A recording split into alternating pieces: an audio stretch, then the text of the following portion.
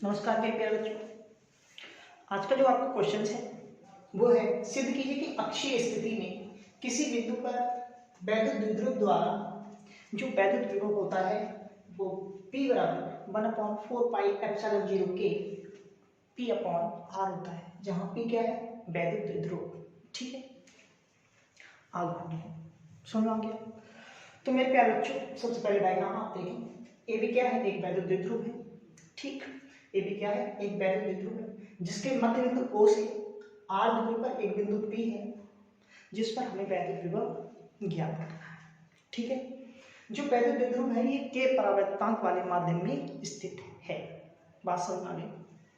एक बार दोबारा देखिए। माना ए भी एक वैद्युत द्विध्रुव है जो K परावर्तकांक वाले माध्यम में स्थित है। इसके मध्य बिंदु O से R दूरी पर एक बिंदु P है, जिस पर वैद्युत विभव ज्ञात करना है। ठीक, अच्छा, इस प्लस क्यू आवेश के कारण इस बिंदु P तक की दूरी क्या है? R माइनस L है। ठीक है, और जो माइनस क्यू आवेश है, इससे माइनस क्यू आवेश के कारण बिंदु P तक की दूरी क्या है? R प्लस L है। ठीक है, जैसे कि मैंने आपको यहाँ पे लिख के दिखाया है। माइनस क्यू आवेश के कारण बिंदु P पर जो विभव होगा वो Q upon R minus L होगा, 1/4πε0 Q upon R minus L। Minus Q आवेश के कारण बिंदु P पर जो विभव होगा वो V2 बराबर 1/4πε0 K minus Q R plus L, और समीकरण 2 बना दे। ठीक है, अब क्या काम किया? बिंदु P पर जो परिणामी विभव होगा, कुल विभव जो होगा वो V1 प्लस V2 होगा। ठीक है, अब हमने इसकी जगह वैल्यू V1 की जगह वैल्यू लगा दी और ये V2 की जगह वैल्यू लगा दी। ठीक है, ये माइनस इसे इस प्लस को क्या कर देगा?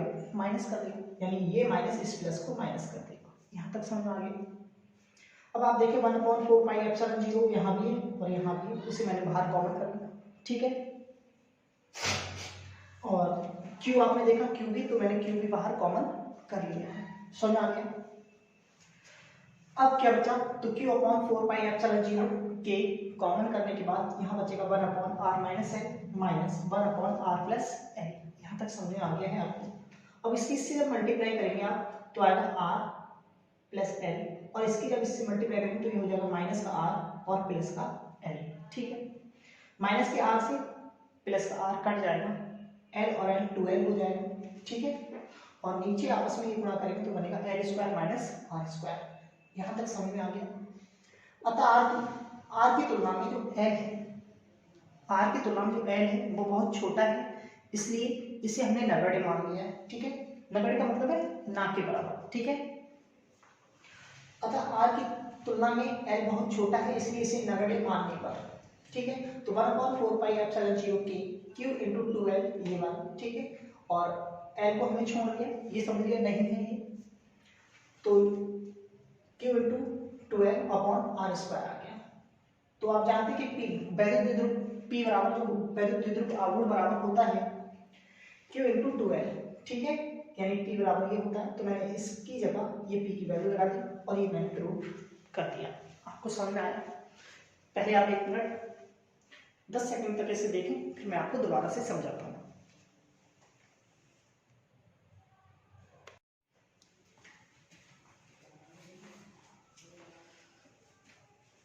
देखो एक बार फिर से। सबसे पहले आपसे कहा था सिद्ध कीजिए कि अक्षीय स्थिति में किसी बिंदु पर जो वैद्युत द्विध्रुव द्वारा वैद्युत विभव होता है वो क्या होता है? 1/4πε0 K और P/R² होता है। इस बात को प्रूव करके दिखाइए।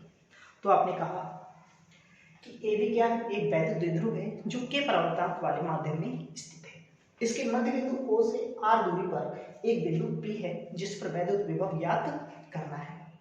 ठीक है, तो मैंने ये लिखा, माना ए भी एक वैद्युत द्विध्रुव के परावर्तकांक वाले माध्यम में स्थित है। इसके मध्य बिंदु O से R दूरी पर अक्षीय स्थिति में कोई बिंदु P है जिस पर वैद्युत विभव ज्ञात करना है। ठीक, फिर प्लस क्यू आवेश, अब यहां से लिखें प्लस क्यू आवेश से बिंदु P तक की दूरी क्या है? ये टोटल दूरी R है, और इतनी दूरी की बात करेंगे तो इसमें से आप ये L कम कर देंगे तो यहाँ R माइनस L। ठीक है, तो ये है प्लस क्यू आवेश से बिंदु P तक की दूरी है R माइनस L होगी। ठीक है, अब माइनस क्यू आवेश से तो आपको पता है यहाँ से यहाँ तक आर है और इतनी एल है, तो ये टोटल क्या होगी आर प्लस एल। तो यहाँ से माइनस क्यू आवेश के कारण जो दूरी होगी वो क्या होगी आर प्लस एल। ठीक, प्लस क्यू आवेश के कारण जो बिंदु पी पर विभव होगा वो 1/4πε0 के q upon r minus l होगा। ठीक, माइनस क्यू आवेश के कारण बिंदु पी पर जो विभव होगा 1/4πε0 के minus q upon r plus l होगा। ठीक, अब आपने कहा कि बिंदु पी पर जो परिणामी विभव होगा वो b1 प्लस b2 के बराबर होगा। तो b बराबर b1 प्लस b2। यहाँ पे आपने क्या काम किया, b1 का मान लगा दिया और यहाँ पे b2 का मान लगा। ये माइनस इस प्लस को इससे माइनस, ये माइनस इस प्लस को माइनस कर देगा।